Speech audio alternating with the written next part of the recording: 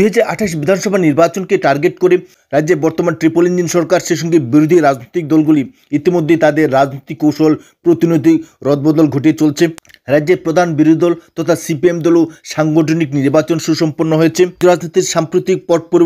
রাজ্য রাজনীতির সাম্প্রতিক পরিস্থিতিকে বিবেচনা করে সিপিএম দলের কেন্দ্রীয় নেতৃত্ব জিতেন চৌধুরীর উপর ভরসা রেখে পুনরায় তাকে রাজ্য সম্পাদক হিসেবে মনোনীত করেছেন। ঠিক তেমনিভাবে প্রধান রাজনৈতিক দল কংগ্রেস দলও তাদের সাংগঠনিক নির্বাচন না করলেও সভাপতি পদ পরিবর্তন করতে পারে তেমন গুঞ্জন শোনা যাচ্ছে। সাংগঠনিক নির্বাচন প্রায় শেষের পথে। বর্তমানে রয়েছে রাজ্য সভাপতির পদ ঘোষণা করা।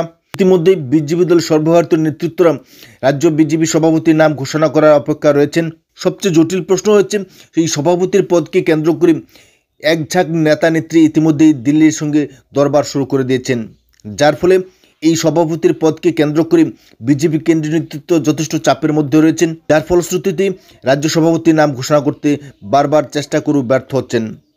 তবে এই মুহূর্তে রাজ্য রাজনীতিতে বিরোধী রাজনৈতিক দলগুলি বিশেষত বামফ্রন্ট যেভাবে সরকারকে সাঁড়াশি আক্রমণের মাধ্যমে 2028 বিধানসভা নির্বাচনে চাপের মধ্যে ফেলার ক্ষেত্রে এক কদম এগিয়ে গেছে, তাতে রাজ্য রাজনীতিতে রাজনৈতিক পট পরিবর্তন ঘটতে চলছে। সরকারের বিভিন্ন ধরনের জনস্বার্থ নীতির বিরুদ্ধে ব্যাপকভাবে জনসমর্থন পাচ্ছে, যার ফলশ্রুতিতে সারা রাজ্যে ব্যাপক রদবদল ঘটে চলছে। গেরা শিবির ছেড়ে বিরোধী দলের যোগদানের হিড়িক ক্রমশই বেড়ে চলছে। এই পরিস্থিতিতে বর্তমান শাসক দল তথা ট্রিপল ইঞ্জিন সরকার কঠিন সংকটে রয়েছে বলে মনে করছেন রাজনৈতিক বিশেষজ্ঞরা।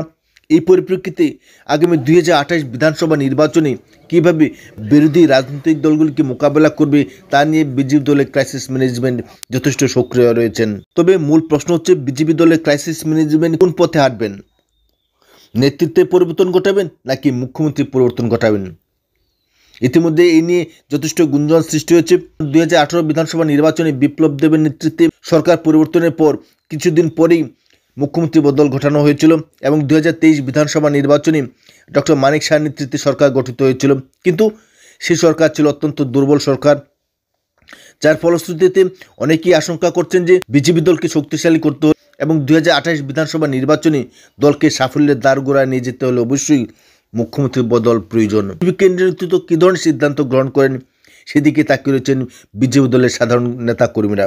তবে অনেকে আশঙ্কা করছেন যে বিজেপি রাজ্য সভাপতির পদ পরিবর্তন হতে পারে, মুখ্যমন্ত্রীর পদ নাও পরিবর্তন হতে পারে।